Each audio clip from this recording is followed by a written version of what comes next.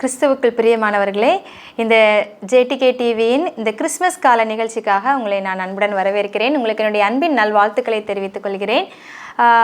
December நாளே நம்ம எல்லாருக்கும் ஒரு ஹாப்பினஸ்ல, ஒரு ஹாப்பி தான். செலிப்ரேஷன் மந்த்ல சாண்டா கிளாஸ், கேரல் ரவுண்ட்ஸ், அப்புறம் கிறிஸ்மஸ் குடில், கிறிஸ்மஸ் ட்ரீ டெக்கரேட் பண்ணுறது அப்படின்னு சொல்லிட்டு 1ஆம் தேதி பிறந்தாலே ஒரே ஜாலி மூடில் நம்ம என்ன செஞ்சிட்ருப்போம், போயிட்டே இருப்போம்ல. ஓகே, கொஞ்ச நேரம் மட்டும் நம்ம அவனுடைய வேத வார்த்தையை நம்ம தியானிக்க இருக்கிறோம் இந்த வேளையில் கூட, சரியா? அதுக்கு முன்னால் நம்ம ஒரு குட்டி ப்ரே பண்ணிடலாமா? ஸ்தோத்திரிக்கிற தகப்பனே, நாங்கள் மெத்துதிக்கிறோம். ஸ்தோத்திரிக்கிறாப்பா, கிருபையாய் நேசிக்கிற எங்கள் அன்பின் பரலோக பிதாவே, இந்த நல்ல வேலைக்காகவும் நாங்கள் துதிக்கிறோம், ஸ்தோத்திரிக்கிறோம். உம்முடைய பிறப்பின் பண்டிகையை கொண்டாடுகிற இந்த நாட்களிலே அப்பா, உம்முடைய வேத வார்த்தையை நாங்கள் கொஞ்ச நேரம் தியானிக்கும்படியாய் நீர் கொடுத்த நல்ல கிருபைகளுக்காக உமக்கு நன்றி செலுத்துகிறாப்பா. எங்களுக்கு கற்றுக்கொடும் கர்த்தாவே, உம்முடைய வேதத்தில் உள்ள அதிசயங்களை நாங்கள் பார்க்கும்படிக்கு எங்களுடைய இருதயத்தின் கண்களை நீர் திறந்தருளும் சுவாமி. மீதியான வேலையை ஒப்புக் கொடுக்கிறோம், பொறுப்படுத்திக்கொள்ளும், வழி நடத்தும். இயேசுவின் நாமத்தில் ஜெபிக்கிறோம் பிதாவே, ஆமென். இந்த வேளையில் கூட நம்ம தியானிக்கும்படியாய் நாம் தெரிந்து கொண்ட தேவனுடைய வார்த்தை கலாத்தியர் 4ஆம் அதிகாரம் 4-5 வசனங்கள். கலாத்தியர் 4ஆம் அதிகாரம் 4-5 வசனங்கள். நாம் புத்திர சுவிகாரத்தை அடையும்படி நியாய பிரமாணத்திற்கு கீழ்ப்பட்டவர்களை மீட்டுக்கொள்ளத்தக்கதாக காலம் நிறைவேறின போது ஸ்திரீயினிடத்தில் பிறந்தவரும் நியாய பிரமாணத்திற்கு கீழானவருமாகிய தம்முடைய குமாரனை தேவன் அனுப்பினார். இங்கே இந்த தேவனுடைய வார்த்தையை நாம் பார்க்கும் பொழுது என்ன சொல்லப்பட்டிருக்கு அப்படின்னா, நாம் புத்திர சுவிகாரத்தை அடையும்படி நியாய பிரமாணத்திற்கு கீழ்ப்பட்டவர்களை மீட்டுக்கொள்ளத்தக்கதாக என்று சொல்லி நாம் இங்கே பார்க்கிறோம். நியாய பிரமாணத்தின் மூலம் பெற்றுக்கொள்ள முடியாத ஒரு காரியத்தை இங்கே கிறிஸ்துவின் மேலே நம்ம விசுவாசம் வைக்கும் பொழுது நாம் பெற்றுக்கொள்கிறோம் என்பதை பவுல் இங்கே விவரிக்கிறத நாம் பார்க்க முடிகிறது. அது தேவனுடைய குமாரன் என்னும் ஒரு நிலைமை. கிறிஸ்தவ வாழ்க்கையை நாம் துவங்கும் பொழுது ஒரு குழந்தையாக நம்ம என்ன செய்கிறோம், இருக்கிறோம்ல. ஆனால் முதிர்ச்சிக்குள்ளே நம்ம வளர்ந்தாக வேண்டி இருக்கிறது. ஆனால் கிறிஸ்து நம்மை ஒரு குமாரராக, அவருடைய குமாரத்தியாக, வளர்ந்த ஒரு குமாரராக நம்ம என்ன செய்கிறாராம், நம்மை நடத்தி செல்கிறார் என்று சொல்லி நாம் இந்த அதிகாரத்தை நம்ம வாசிக்கும் பொழுது நாம் தெரிந்து கொள்ளலாம். 1ஆம் வசனத்துலேருந்து இதுக்கு இந்த 7ஆம் வசனம் வரைக்கும் என்ன சொல்லப்பட்டிருக்குங்கிறத நம்ம ஒரு தடவை நம்ம வாசித்து பார்த்துடலாம். 1ஆம் வசனம், பின்னும் நான் சொல்லுகிறது என்னவெனில், சுதந்திரவாளியானவன் எல்லாவற்றிற்கும் எஜமானாய் இருந்தும் அவன் சிறு பிள்ளையாய் இருக்கும் காலம் அளவும் அவனுக்கும் அடிமையானவனுக்கும் வித்தியாசமில்லை. தகப்பன் குறித்த காலம் வரைக்கும் அவன் காரியக்காரருக்கும் வீட்டு விசாரணைக்காரருக்கும் கீழ்ப்பட்டிருக்கிறான். இங்கே பார்க்கும் பொழுது சுதந்திரவாளியானவன் என்று சொல்லி இங்கே சொல்லப்பட்டிருக்கு. இஸ்ரவேல் சிறு பிராயத்திலே நியாய பிரமாணத்துக்கு கீழே இருந்தது. ஸோ தேவன் ரெண்டு முக்கிய நோக்கம் உடையவராக அவர் இருந்தார்.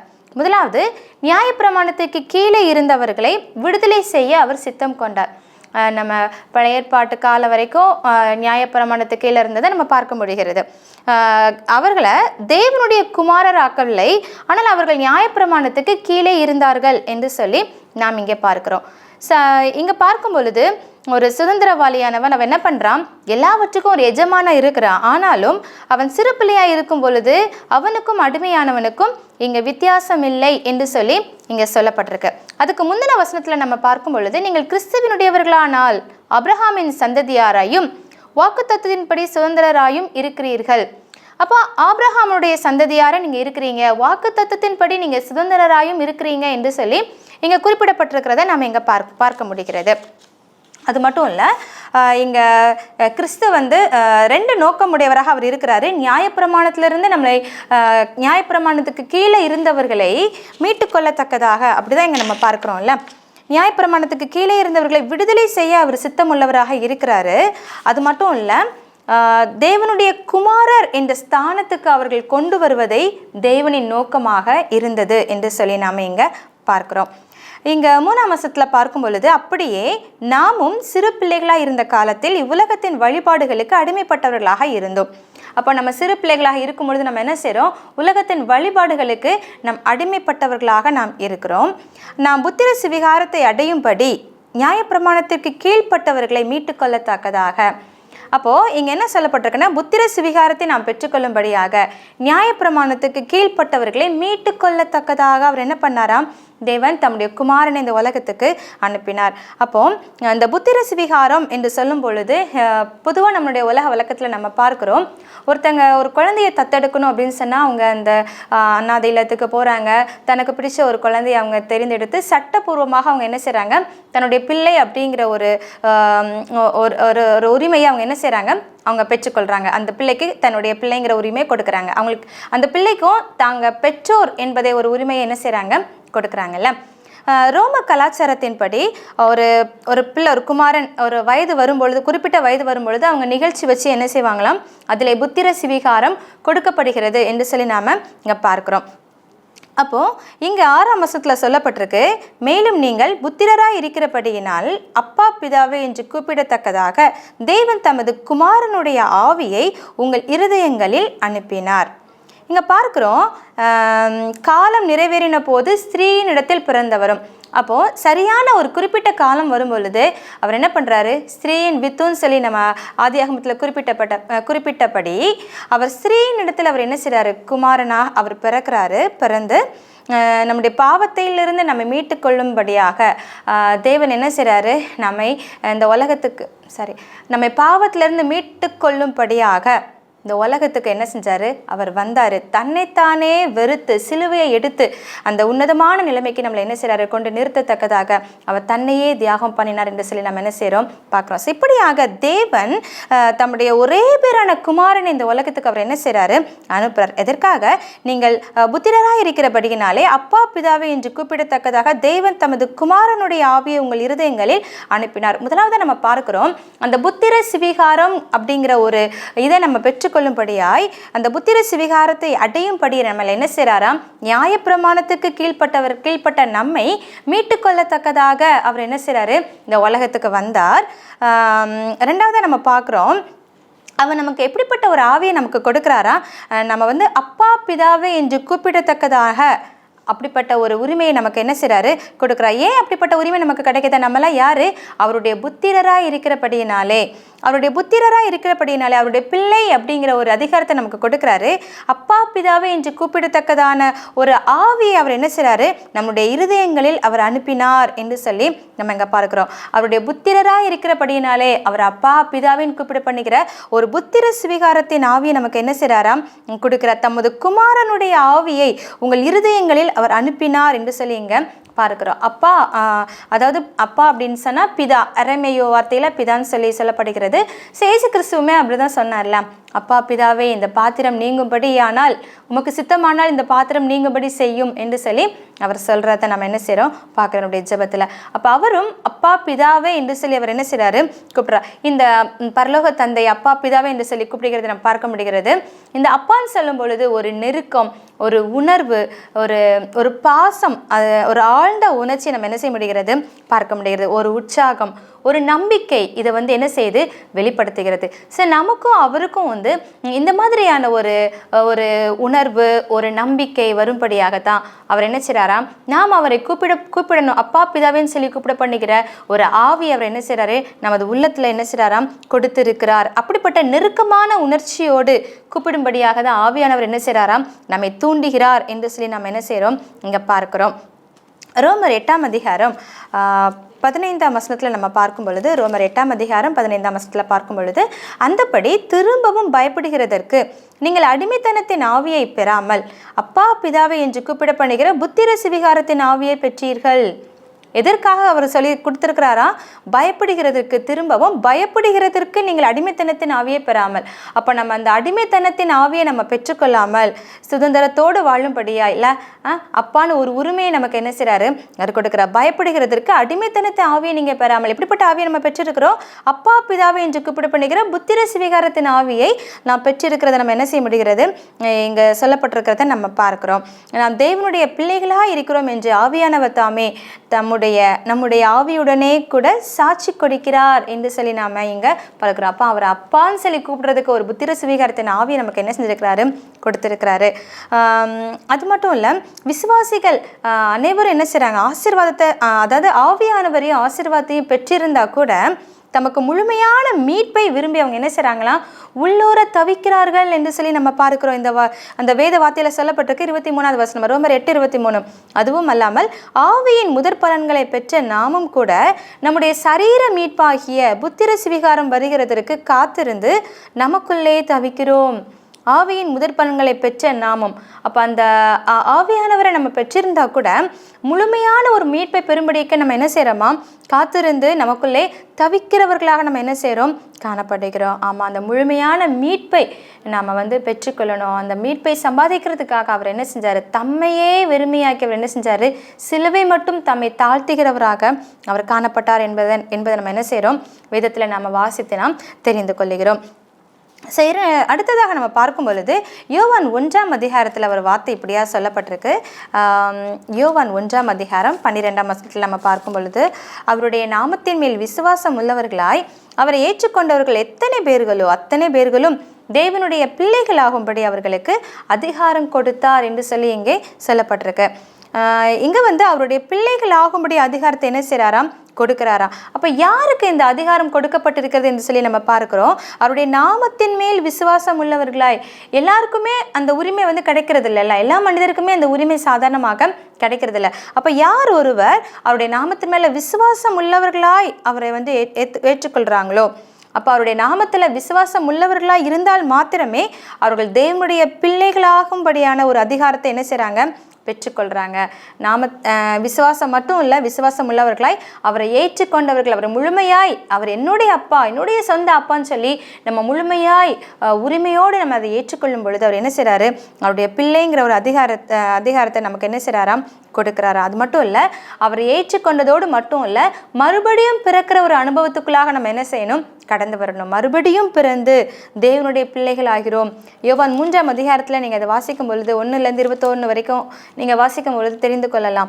மறுபடியும் பிறக்கிற அனுபவத்தை குறித்து இங்கே ஒரு நிக்கோதேமுவோடு ஒரு கான்வர்சேஷனை இயேசு வச்சிருந்ததை நம்ம என்ன செய்ய முடிகிறது, இயேசுவுக்கும் நிக்கோதேமுக்கும் உள்ள ஒரு கான்வர்சேஷனை நம்ம இங்கே என்ன செய்ய முடிகிறது, பார்க்க முடிகிறது. அப்போ மறுபடியும் நம்ம என்ன செய்யணும், பிறக்கிறவங்களாக இருக்கும் பொழுது அவர் என்ன செய்கிறாரு, அவருடைய பிள்ளை அப்படிங்கிற ஒரு அதிகாரத்தை நமக்கு கொடுக்குற. எல்லாருமே அவருடைய பிள்ளைகள் ஆவதில்லை, அவருடைய நாமத்தின் மேல விசுவாசம் உள்ளவர்களாய் அவரை ஏற்றுக்கொண்டவர்களுக்கு மட்டும் அவர் என்ன செய்கிறாராம், மறுபடியும் ஏற்றுக்கொண்டவர்களாய் மாத்திரம் இல்லை, மறுபடியும் அவருக்குள்ளாக நாம் பிறக்கும் பொழுது அவருடைய பிள்ளைங்கிற ஒரு அதிகாரத்தை நம்ம பெற்றுக்கொள்கிறோம். அப்போ நம்ம எவ்வளோ உரிமையை நம்ம அவர்கிட்ட கேட்கலாம்ல, நம்மளாம் அவருடைய பிள்ளைகள் தானே. எப்படி நம்ம வீட்டில் ஒரு பிள்ளை அப்பா கிட்டேயோ அம்மா கிட்டேயோ உரிமையா அப்பா எனக்கு இது வேணும் அப்படின்னு சொல்லி கேட்குறாங்க. அப்போ நாமளும் அவர்கிட்ட நம்ம என்ன செய்யலாம், எல்லாவற்றையும் நம்மளுடைய அப்பா இல்லை, அப்போ எல்லாவற்றையும் அவர்கிட்ட நம்ம என்ன செய்யலாம், உரிமையோடு நம்ம என்ன செய்யலாம், நம்ம கேட்கலாம். ஏன்னா அப்பா பிதாவே அப்படின்னு சொல்கிற ஒரு புத்திர ஸ்வீகாரத்தின் ஆவியை நமக்கு என்ன செஞ்சிருக்கிறாரு, அவர் கொடுத்திருக்கிறார் என்று சொல்லி நம்ம என்ன செய்கிறோம், பார்க்கிறோம்.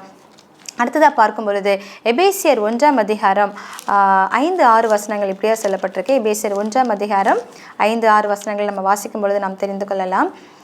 பிரியமானவருக்குள் தாம் நமக்கு தந்தருளின தம்முடைய கிருபையின் மகிமைக்கு புகழ்ச்சியாக தம்முடைய தயவுள்ள சித்தத்தின்படியே நம்மை இயேசு கிறிஸ்து மூலமாய் தமக்கு சுவிகார புத்திரராகும்படி முன் குறித்திருக்கிறார் என்று சொல்லி இங்கே சொல்லப்பட்டிருக்குது. முன் குறித்திருக்கிற ஒரு தேவனாக அவர் என்ன செய்கிறாராம், காணப்படுகிறார். எதற்காக நம்மை முன் குறித்திருக்கிறார், தாம் நமக்கு தந்தருளின தம்முடைய கிருபையின் மகிமைக்கு புகழ்ச்சியாக நம்ம என்ன செய்யணுமா, அவருடைய கிருபையின் மகிமைக்கு புகழ்ச்சியாக தம்முடைய தயவுள்ள சித்தத்தின்படி நம்ம என்ன செய்யறாரா, இயேசு கிறிஸ்து மூலமாய், அப்போ அவர் மூலமாய் நமக்கு சுவிகார புத்திரராகும்படி நம்மளை என்ன செஞ்சிருக்கிறாராம், முன் குறித்திருக்கிறார். இதில் நீங்கள் பார்க்கும்பொழுது இதுக்கு முந்தின வசனத்தில் தெரிந்து கொள்ளுதலை பற்றியும் சொல்லப்பட்டிருக்கு. எபேசியர் 1ஆம் அதிகாரம் 3ஆம் வசனத்தில் பார்க்கும்பொழுது எப்பொழுது அவர் நம்மை தெரிந்து கொண்டார், தமக்கு முன்பாக நம் அன்பில் பரிசுத்தம் உள்ளவர்களும் குற்றம் இல்லாதவர்களுமாய் இருப்பதற்கு அவர் உலக தோற்றத்துக்கு முன்னே கிறிஸ்துவுக்குள் நம்மை தெரிந்து கொண்டபடியே. உலக தோற்றத்துக்கு முன்னே அவர் என்ன செய்கிறாரு, நம்மை தெரிந்து கொண்டிருக்கிற ஒரு தேவனாக. எதற்காக நம்மை தெரிந்து கொண்டார், அன்பில் பரிசுத்தம் உள்ளவர்களாக நம்ம காணப்படணும், குற்றம் இல்லாதவர்களாக நம்ம இருப்பதற்கு அவர் என்ன செய்கிறாராம், நம்மை தெரிந்து கொண்ட ஒரு தேவனாக அவர் காணப்படுகிறார். அது மட்டும் இல்லை, நம்மை முன்குறித்திருக்கிற ஒரு தேவனாக அவர் காணப்படுகிறாமா. இந்த உலகத்தில் நம்மளை தேவன் ஒரு நோக்கத்தோடு வச்சிருக்கிறாரு, ஒரு சித்தத்தோடு இந்த உலகத்தில் நம்மளை என்ன செஞ்சிருக்கிறாரு, வச்சிருக்க முடியும். எல்லாருடைய வாழ்க்கையை குறித்து அவருக்கு ஒரு நோக்கம் சித்தம் உண்டு. அப்போ அவருடைய சித்தத்துக்கு நம்மளை என்ன செய்யணும், அர்ப்பணிக்கிறவர்களாக நாம் இங்கே காணப்படணும். இங்கே சொல்லப்பட்டிருக்க அவர் நம்மை முன்குறித்திருக்கிற ஒரு தேவனாக, அப்போ தாயின் கருவில் உருவாகும் முன்னே நம்மை தெரிந்து கொண்டு நம்மை பெயர் சொல்லி அழைத்து நம்மை முன்குறித்திருக்கிற தேவனாக அவர் காணப்படுகிறார். அவருடைய நாம மகிமைக்காக நம்ம என்ன செய்யணும், நாம் செயல்படணும். நம் அன்பில் பரிசுத்தம் உள்ளவர்களாக நம்ம வாழ்வதற்கு தேவன் நம்மை தெரிந்து கொண்டு நம்மை முன்குறித்திருக்கிறார் என்று சொல்லி நாம் இங்கே பார்க்கிறோம். அதே ரோமருக்கு எழுதும் பொழுது 8ஆம் அதிகாரத்தில் பவுல் இப்படியே சொல்கிறாரு. யார் அவர் முன்குறிச்சிருக்கிறாரு அப்படின்னு சொல்லி பார்க்கும் பொழுது 28-29 வசனம், அன்றியும் அவருடைய தீர்மானத்தின்படி அழைக்கப்பட்டவர்களாய் தேவனிடத்தில் அன்பு கூறுகிறவர்களுக்கு சகலமும் நன்மைக்கு எதுவாக நடக்கிறது என்று அறிந்திருக்கிறோம். தம்முடைய குமாரன் அநேக சகோதரருக்குள்ளே முதற் பேரானவராய் இருக்கும் பொருட்டு தேவன் எவர்களை முன் அறிந்தாரோ அவர்களை தமது குமாரனுடைய சாயலுக்கு ஒப்பாயிருப்பதற்கு அவர் முன்குறித்திருக்கிறார். அப்போ முன்குறித்தல் என்னன்னா, முன்னதாக அவர் என்ன செய்கிறாரு, தீர்மானித்தல் என்பதுதான் முன்குறித்தல் என்று சொல்லி நாம் இங்கே பார்க்கிறோம். அப்போ எதற்காக நம்மை முன்குறித்திருக்கிறாராம்? தேவன் எவர்களை முன் அறிந்தாரோ அவர்களை தமது குமாரனுடைய சாயலுக்கு ஒப்பாயிருப்பதற்கு. அப்போ அவருடைய சாயலுக்கு நாம் ஒப்பாயிருப்பதற்கு அவர் என்ன செய்கிறாரு, நம்மை முன் குறித்திருக்கிறார் என்று சொல்லி நாம் இங்கே பார்க்கிறோம். தொடர்ந்து நான் வாசிக்கிறேன். எவர்களை முன் குறித்தாரோ அவர்களை அழைத்தும் இருக்கிறார், எவர்களை அழைத்தாரோ அவர்களை நீதிமான்களாக்கியும் இருக்கிறார், எவர்களை நீதிமான்களாக்கினாரோ அவர்களை மகிமைப்படுத்தியும் இருக்கிறார். அப்போது தேவன் நம்மை முன்குறித்து நம்மை தெரிந்து கொண்டு நம்மளை அழைத்திருக்கிற ஒரு தேவனாக காணப்படுகிறான்னு சொன்னால், நம்மை வாழ்க்கையை குறித்து தேவன் வச்சிருக்கிற சித்தத்தை நாம் நிறைவேற்றுகிறவர்களாக நம்ம என்ன செய்யணும், காணப்படணும். அதற்கு நம்மை ஆண்டவருக்கு ஒப்பு கொடுக்கிறவங்களாக நம்ம என்ன செய்யணும், காணப்படணும். அவருடைய தீர்மானத்தின்படி அழைக்கப்பட்டவர்களாய் அவரிடத்தில் அன்பு கூறுகிறவர்களுக்கு சகலமும் நன்மைக்கு ஏதுவாக நடக்கிறது என்று நாம் என்ன செஞ்சிருக்கிறோம், அறிந்திருக்கிறோம். ஆம், அவர் நம்மை முன்குறித்திருக்கிற ஒரு தேவனாக காணப்படுகிறார். அப்போ இந்த தேவனுடைய வார்த்தையை தியானிக்கிற நாம் நம்முடைய வாழ்க்கையில் அவர் நமக்கு எப்படிப்பட்ட ஒரு ஆவியை நம்ம கொடுத்திருக்கிறார் என்று சொல்லி நாம் என்ன செஞ்சோம், தியானிச்சோம். அப்பா பிதாவின் சொல்லி கூப்பிட பண்ணிக்கிற புத்திர சுவிகாரத்தின் ஆவியை நமக்கு என்ன செஞ்சிருக்கிறாரு, கொடுத்திருக்கிறாரு. நாம் உரிமையோடு அவரிடம் நம்ம என்ன செய்யலாம், எல்லாவற்றையும் கேட்டு நாம் பெற்றுக்கொள்ளலாம். அது மட்டும் இல்லை, அவருடைய பிள்ளைங்கிற ஒரு அதிகாரத்தை நமக்கு எப்போ நம்ம அதை பெற்றுக்கொள்கிறோம் அப்படின்னா, அப்படி நாமத்தில் நம்ம விசுவாசம் உள்ளவர்களாய் அவர் நம்ம ஏற்றுக்கொள்ளும் பொழுது, மறுபடியும் அவருக்குள்ளாக நாம் பிறக்கும் பொழுது அவருடைய பிள்ளை அப்படிங்கிற ஒரு அதிகாரத்தை நம்ம என்ன செய்கிறோம், பெற்றிருக்கிறோம். அது மட்டும் இல்லை, அவர் நம்மை முன்குறித்திருக்கிற தேவனாக அவர் காணப்படுகிறார். எதற்காக நம்மை தெரிந்து கொண்டார், எதற்காக நம்மை முன்குறித்தார், நம் அன்பில் பரிசுத்தம் உள்ளவர்களாக நம்ம வாழும்படிக்கு, குற்றமில்லாமல் நம்ம வாழும்படிக்கு, நம்மை தெரிந்து கொண்டபடியே அவர் என்ன செய்கிறாராம், நம்மை முன்குறித்திருக்கிற ஒரு தேவனாக அந்த சுவிகார புத்திரர் ஆகும்படி நம்மை முன்குறித்திருக்கிறார் என்று சொல்லி நாம் என்ன செய்கிறோம், பார்க்கிறோம். அது மட்டும் இல்லை, கடைசியாக நம்ம தியானித்த ஒரு வார்த்தை என்ன சொல்லப்பட்டிருக்கு, அவருடைய குமாரனுடைய சாயலுக்கு நாம் ஒப்பாக இருக்கும்படிக்கு அவர் என்ன செஞ்சாராம், நம்மை முன்குறித்திருக்கிறார் என்று சொல்லி நாம் பார்க்கிறோம். எப்படிப்பட்ட ஒரு சர்வ வல்லமை உள்ள ஒரு தேவனை நம்ம அப்பா அப்படின்னு சொல்லி கூப்பிட பண்ணிக்கிற ஒரு ஆவி அவர் என்ன செய்கிறாரு, நமக்கு கொடுத்திருக்கிறார் என்று சொல்லி பார்க்கிறோம். அப்படிப்பட்ட ஒரு பாக்கியத்தை நாம் பெற்றுக்கொண்டிருக்கிறோம் அப்படின்னு சொன்னால் நம்ம சாதாரணமானவர்கள் அல்ல. நம்ம இன்னும் அசாதாரணமான காரியங்களை செய்கிறவர்களாக, ஆண்டவருக்காக இன்னும் நாம் பல காரியங்களை செய்கிறவர்களாக நம்ம என்ன செய்யணும், காணப்படணும். அவருக்காக நம்ம ஒரு ஸ்டெப் எடுத்து வைக்கும் பொழுது அவர் நமக்காக நிறைய ஸ்டெப் எடுத்து வச்சு நமக்காக அவர் எல்லாவற்றையும் செய்து முடிக்கிற ஒரு தேவனாக அவர் காணப்படுகிறார் என்று சொல்லி நாம் பார்க்கிறோம். கடைசியாக கூட அந்த வார்த்தையை நம்ம வாசித்திடலாமா? கலாத்தியர் 4ஆம் அதிகாரம் 4-5 வசனம். நாம் புத்திர சுவிகாரத்தை அடையும்படி நியாயப்பிரமாணத்திற்கு கீழ்ப்பட்டவர்களை மீட்டுக்கொள்ளத்தக்கதாக காலம் நிறைவேறின போது ஸ்திரீயினிடத்தில் பிறந்தவரும் நியாயப்பிரமாணத்திற்கு கீழானவருமாகிய தம்முடைய குமாரனை தேவன் அனுப்பினார். அப்போ நாம் அந்த நியாயப்பிரமாணத்துக்கு கீழ்ப்பட்டிருக்கிற நம்மை மீட்டுக்கொள்ளத்தக்கதாக நமக்கு அந்த புத்திர சுவிகாரத்தை கொடுக்கும்படியாய் அவர் என்ன செஞ்சிருக்கிறாராம், தம்முடைய குமாரனை தேவன் அனுப்பியிருக்கிறார் என்று சொல்லி நாம் இங்கே பார்க்கிறோம். நமக்கு அப்பா பிதாவை என்று கூப்பிட பண்ணிக்கிற ஒரு புத்திர சுவிகாரத்தின் ஆவியை நமக்கு என்ன செஞ்சாராம், கொடுத்தார். அப்போ நாம் என்ன இல்லை, இனிமே அடிமை இல்லை. 7ஆம் வசனத்தில் பார்க்கிறோம், ஆகையால் இனி நீ அடிமையாய் இராமல் புத்திரனாய் இருக்கிறாய், நீ புத்திரனே ஆனால் கிறிஸ்து மூலமாய் தேவனுடைய சுதந்திரனாயும் இருக்கிறாய் என்று சொல்லி இங்கே சொல்லப்பட்டிருக்கப்ப நாம் ஆணுடைய பிள்ளை அப்படிங்கிற ஒரு அதிகாரத்தை பெற்றவர்களாக நம்ம என்ன செய்கிறோம், இங்கே காணப்படுகிறோம். இப்படியாக நம்ம தேவன் தம்முடைய ஒரே பேரான குமாரனை நமக்காக தந்த இந்த நாளை கிறிஸ்மஸாக கொண்டாட போகிற இந்த நாட்களிலே அவருடைய பிள்ளைங்கிற உரிமை ஆண்டவர் என்ன செய்கிறாரு, நமக்கு தந்ததை நாம் நினைவு கூர்ந்தவர்களாய் மகிழ்ச்சியின் பண்டிகையாக நம்ம என்ன செய்கிறோம், இந்த கிறிஸ்மஸ் பண்டிகை நம்ம என்ன செய்வோம், கொண்டாடுவோம். அது மட்டும் இல்லை, ஒருவேளை அவருடைய பிள்ளைன்னு சொல்லி நம்ம சொல்லிக்கிட்டு ஒருவேளை அவரை விட்டு நம்ம ஒருவேளை தூரம் போயிருப்போமானால், அவரை வேதனைப்படுத்தியிருக்கிற ஒரு காரியம் நமக்குள்ளாக காணப்படுமே ஆனால், ஆண்டவரே உம்மை விட்டு நான் தூரம் போயிட்டேன், ஆனால் நீர் என்னுடைய பாவத்திலிருந்து என்னை மீட்டெடுக்கத்தக்கதாக நீர் என்ன செஞ்சு இந்த பூலோகத்துக்கு நீர் மனிதனாக நீர் வந்தீர் ஆண்டவரே. அந்த நாளை நான் கொண்டாடும் பொழுது மகிழ்ச்சியின் பண்டிகையாக நான் கொண்டாடுகிற அந்த நாளிலே என்னுடைய உள்ளத்தில் நீங்கள் பிறந்துக்கோங்க அப்பா அப்படின்னு சொல்லி நம்முடைய இல்லத்தின் கதவுகளை திறந்தவர்களாய் மாத்திரமல்ல, நம்முடைய உள்ளத்தின் கதவுகளை திறந்தவர்களாகவும் நம்ம என்ன செய்வோம், இந்த பண்டிகை நாம் கொண்டாடுவோம். கண்டிப்பாக கர்த்தர் நம்முடைய உள்ளத்தில் பிறக்க நாம் இடம் கொடுப்போம். கண்டிப்பாக கர்த்தர் நம்ம ஒவ்வொருவரையும் ஆசீர்வதிப்பார். கண்டிப்பாக அந்த கிறிஸ்மஸ் பண்டிகையானது நம்ம ஒவ்வொருவருக்கும் ஒரு மகிழ்ச்சியின் பண்டிகையாக இருக்கும் என்பதிலே சந்தேகமில்லை. கர்த்தர் உங்கள் ஒவ்வொருவரையும் ஆசீர்வதிப்பாராக. Advance wish a very very happy Christmas. God bless you. நம்ம ஜெபித்து முடிக்கலாமா? ஸ்தோத்திரிக்கிற ஆண்டவரே, நாங்கள் மெத்துதைக்கிறோம். ஸ்தோத்திரிக்கிறப்பா, நாங்கள் தியானித்த காரியத்துக்காக உமக்கு நன்றி. கர்த்தாவே, நாங்கள் தகப்பனே நீர் நாங்கள் அப்பா பிதாவின் சொல்லி கூப்பிட பண்ணிக்கிற ஒரு புத்திர சுவிகாரத்தின் ஆவியை நீர் எங்களுக்கு கொடுத்திருக்கிறீர். உமக்கு நாங்கள் நன்றி செலுத்துகிறோம் அப்பா.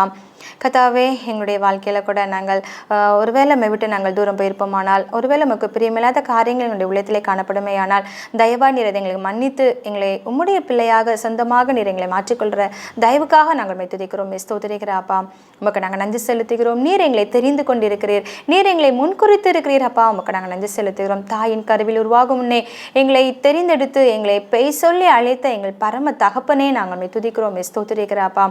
கர்த்தாவே, தேவன் தம்முடைய ஒரே பேரான குமாரனை விசுவாசிக்கிறவன் எவனோ அவன் கெட்டு போகாமல் நித்திய ஜீவனை அடையும் படிக்க அவரை தந்தருளி இவ்வளவாய் உலகத்தில் அன்பு கொண்டான்னு சொல்லி நாங்கள் பார்த்தோம். எங்கள் மேலே நீர் எவ்வளோ அன்பு வச்சிருக்கீங்க அப்பா.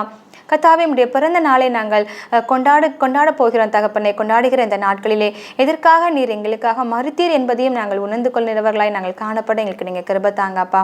எங்கள் உள்ளத்திலையும் எங்களுடைய இல்லத்திலையும் நீர் பிறந்திருக்கிற தயவுக்காக உமக்கு நாங்கள் நன்றி செலுத்துகிறோம் தகப்பனே. இந்த செய்தியை கேட்குற இந்த உங்களுடைய பிள்ளைகள் ஒவ்வொருவரையும் இந்த காரங்களில் அர்ப்பணிக்கிறோம்.